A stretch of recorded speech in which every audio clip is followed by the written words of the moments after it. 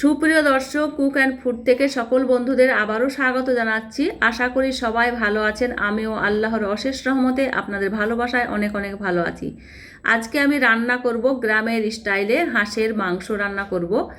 এটা কিন্তু শীতের দিনে খুবই পপুলার একটা রান্না, কিন্তু শীত তো নেই, তাই আমি এই সময় রান্নাটা করছি। তাই মাংস আমি আগে থেকে কেটে ধুয়ে ভালোভাবে পরিষ্কার করে নিয়েছি। আর এখন ম্যারিনেট করার জন্য মশলা একে একে দিয়ে দিচ্ছি। যে মশলা আমরা রান্নায় ব্যবহার করি সেগুলাই ব্যবহার করছি। এখানে স্বাদ মতো লবণ, হলুদ গুঁড়ো, লঙ্কার গুঁড়ো, এখানে দিয়ে দিচ্ছি জিরার গুঁড়ো, আদা রসুনের পেস্ট আর সরিষার তেল। সব কিছু দিয়ে আমি ভালোভাবে হাতে চেপে চেপে মাখিয়ে নেব। যত সুন্দরভাবে চেপে চেপে মাখানো যাবে এই মাংসের স্বাদ কিন্তু ততটাই সুন্দর হবে। অনেক বন্ধুরাই কিন্তু হাঁসের মাংস যে গন্ধ থাকে সে গন্ধটা পছন্দ করে না। তাই হাঁসের মাংস ধোবার সময় যদি গরম জল ভিনেগার দিয়ে কিছুক্ষণ ভালোভাবে জল দিয়ে ধুয়ে নেওয়া হয়, তাহলে হাঁসের মাংসের যে গন্ধ আছে সে গন্ধটা কিন্তু আর লাগবে না।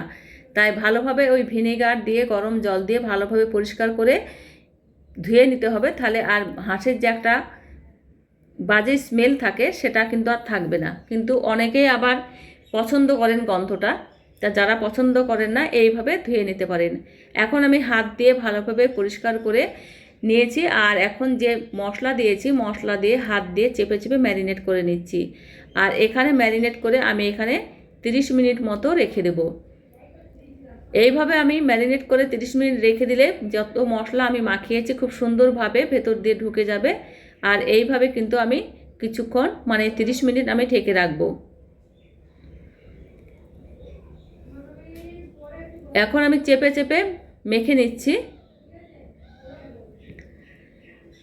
সুপ্রিয় দর্শক, যে যেখান থেকে আজকের ভিডিওটি দেখছেন প্রথমেই লাইক দিয়ে শুরু করবেন ও শেষ পর্যন্ত দেখে নেবেন। আর কে কে হাঁসের মাংস খেতে পছন্দ করেন কমেন্ট করে জানাবেন। এটা কিন্তু আমি সময় নিয়ে মাখিয়ে নিচ্ছি। দেখুন মাখিয়ে নেওয়া হয়ে গেছে। আর এখন আমি ঢেকে রেখে দেব 30 মিনিট। এটা হাতে সময় থাকলে ঢেকে রাখতে পারেন আরও বেশি সময় ধরে, আর হাতে সময় না থাকলে 10 মিনিট রেখে দিলেই হবে। এখন আমি ঢেকে রেখে দিচ্ছি। এখন আমি 30 মিনিট পর আবারও ফিরে এলাম। রান্না করার জন্য কড়াই বসিয়ে দিয়েছি। আর এখানে আমি সরিষার তেলে রান্নাটা করে নেব, তাই সরিষার তেল দিয়ে দিলাম। এখানে কিন্তু তেলের পরিমাণটা খুব একটা বেশি লাগবে না, যেহেতু হাঁসের মাংসতে অনেক পরিমাণে তেল থাকে। তাই তেলের পরিমাণটা একটু কম দিলেই কিন্তু রান্নাটা খেতে ভালো লাগে। তাই এখানে আমি অল্প পরিমাণে তেল দিয়েছি। আর এখানে আমি শুকনো মশলা দিয়ে দেব। তেলটা হালকা গরম হয়েছে। আর এখানে আমি দিয়ে দেবো দারচিনি, এলাচ, লবঙ্গ, এখানে আমি দিয়ে দিলাম। দিয়ে কিছুক্ষণ আমি নাড়াচাড়া করে নেব। তেলের সঙ্গে যদি কিছুক্ষণ এই শুকনো মশলা নাড়াচাড়া করা হয় সুন্দর একটা সুঘ্রাণ বের হয়ে আসে, সেই পর্যন্ত কিন্তু আমি নাড়াচাড়াটা করে নেব। এই সময় নাড়ার সময় তেলের আঁচটা মিডিয়ামে রেখে এটা ভেজে নিতে হবে। হাই হিটে কিন্তু তেল গরম করে এটা ভাজলে কিন্তু মশলাটা পুড়ে যাবে, তখন কিন্তু এর যে সুন্দর একটা স্মেল থাকে সেটা কিন্তু থাকবে না। খুব সুন্দরভাবে আমি নাড়াচাড়া করে দিয়েছি। আর এই সময় দেখুন দিয়ে দিলাম আগে থেকে কেটে রাখা পেঁয়াজ কুচি। পেঁয়াজ কুচি দিয়ে ভালোভাবে আবারও নাড়াচাড়া করে পেঁয়াজটা ভাজা ভাজা করে নেব।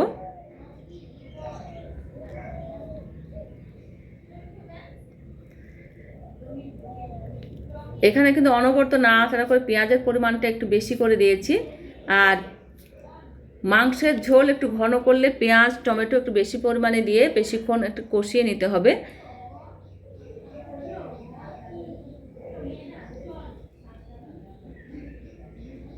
এখন আগে থেকে যে ম্যারিনেট করা মাংসটা আমি দিয়ে দিচ্ছি। মাংস দিয়ে আবারও আমি নাড়াচাড়া করে নেব।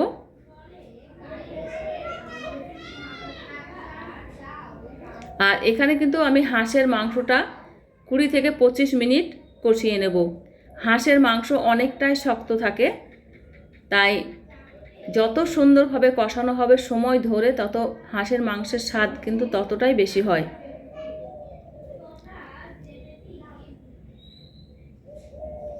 এখানে আমি মাঝে মাঝে নাড়াচাড়া করছি আর মাঝে মাঝে বন্ধ করছি। তাই অনবরত নাড়াচাড়া করে এটা কিন্তু কষিয়ে নিতে হবে। এখানে কিন্তু দুটো আমি টমেটো কুচি দিয়ে দিলাম, টমেটো কুচি দিয়ে আবারও কষিয়ে নেব। এখানে আমি দেখাচ্ছি কিন্তু অল্প সময়ে, কিন্তু এটা আমি কিন্তু 20 থেকে 25 মিনিট এই মাংসটাকে কষিয়ে নেব। আর যত সময় নিয়ে কষাবেন এই মাংস, ততটাই এই মাংসের স্বাদ কিন্তু বাড়বে। তাই অনবরত নাড়াচাড়া করে সুন্দরভাবে আমি সময় নিয়ে এটা কষিয়ে নিচ্ছি। আর এই মাংস রান্না করার জন্য কিন্তু আমি এখানে ঠান্ডা জল ব্যবহার করব না, এখানে কিন্তু গরম জল ব্যবহার করব। কারণ হাঁসের মাংসের নিজস্ব একটা ঝোলের আলাদা স্বাদ আছে, তাই এখানে কিন্তু ঠান্ডা জল ব্যবহার করব না, গরম জল দিয়ে এর কিন্তু ঝোলের পরিমাণটা একটু কমই করব। কারণ হাঁসের নিজস্ব ঝোলের একটা আসল স্বাদ থাকে, আর বেশি জল দিয়ে এটা করলে কিন্তু সে স্বাদটা পাওয়া যাবে না। এখন আমি গরম জল করে রেখেছিলাম, সে জলটা দিয়ে দিলাম। এখন ঢাকা দিয়ে 40 থেকে 45 মিনিট এটা মিডিয়াম আছে এটা আমি রান্না করে দেব। আর মাঝে মাঝে ঢাকনা তুলে নাড়াচাড়া করে নেব। গরম জল দিয়ে খুব ভালোভাবে নাড়াচাড়া করে মশলার সঙ্গে ভালোভাবে মিশিয়ে নিচ্ছি।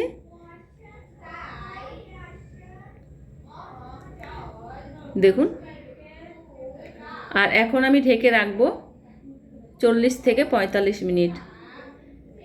আর এর মাঝে কিন্তু দুবার আমি ঢাকনা তুলে নাড়াচাড়া করে দিয়েছি। আর এখানে ঝোলটা অনেকটা ঘন হয়ে গেছে। এখন নামানোর সময় আবারও আমি নাড়াচাড়া করে ওপর দিয়ে ভাজা জিরার গুঁড়াটা দিয়ে দেব। এখানে চাইলে কাঁচা লঙ্কা দিতে পারেন, কিন্তু আমি কাঁচা লঙ্কা দিলাম না, ঝালের পরিমাণ বেশি হয়ে যাবে, বাড়ির ছোটরা খেতে পারবে না। তাই ভাজা জিরার গুঁড়াটা ওপর দিয়ে ছড়িয়ে দিলাম। এখন আমার হাঁসের মাংস রেডি হয়ে গেছে। এখন ভাজা জিরার গুঁড়া দিয়ে আবারও নাড়াচাড়া করে মিশিয়ে নিচ্ছি। আমার একদম রেডি হয়ে গেছে গ্রামের স্টাইলে রাজহাঁসের মাংস রান্না। গরম ভাতে একদম জমে যাবে। আর আজকের রেসিপির কোনো অংশ ভালো লেগে থাকলে লাইক দিয়ে শেয়ার করে অবশ্যই পাশে থাকবেন। আজকের আমার রেসিপিটা কেমন হয়েছে, আপনাদের কেমন লেগেছে কমেন্ট করে জানাতে ভুলবেন না আপনাদের মূল্যবান মতামত। দেখুন, কালারটাও দারুণ এসেছে।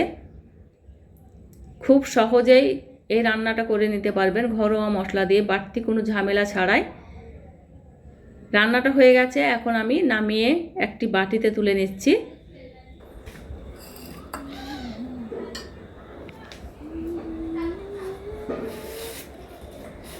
একটি বাটিতে তুলে নিচ্ছি। দেখুন কত সুন্দর কালার এসেছে, খেতে তো দারুণ হয়েছে। আর আমার চ্যানেলে যদি নতুন এসে থাকেন চ্যানেলটি সাবস্ক্রাইব করে নিতে পারেন। আপনি যদি কাজটি অলরেডি করে থাকেন আপনাকে অসংখ্য ধন্যবাদ। আর আমার চ্যানেলে নিত্য নতুন রেসিপি পেতে লাইক দিয়ে অবশ্যই পাশে থাকবেন, নোটিফিকেশন পাওয়ার জন্য বেল আইকনটি বাজিয়ে দিবেন। আর কে কে এই রাজহাঁসের মাংস খেতে ভালোবাসেন কমেন্ট করে জানাতে ভুলবেন না। আমার ফ্যামিলিতে তো সবাই এই রাজহাঁসের মাংস চেটে পুটে খেয়ে নেয়।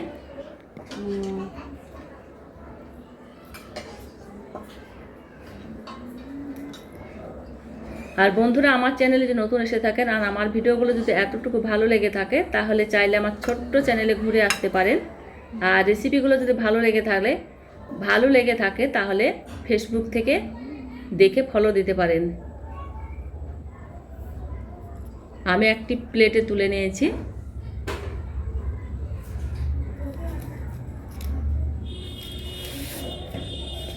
দেখুন কত সুন্দর হয়েছে। ভিডিওটি সম্পূর্ণ দেখে থাকলে নিশ্চয়ই ভালো লাগবে। ভালো লাগলে মূল্যবান মতামত কমেন্টে জানাতে ভুলবেন না। সবাই অনেক বেশি বেশি ভালো থাকবেন, সুস্থ থাকবেন। পরবর্তী পর্বে আবারও দেখা হবে নতুন কোনো রেসিপির মাধ্যমে।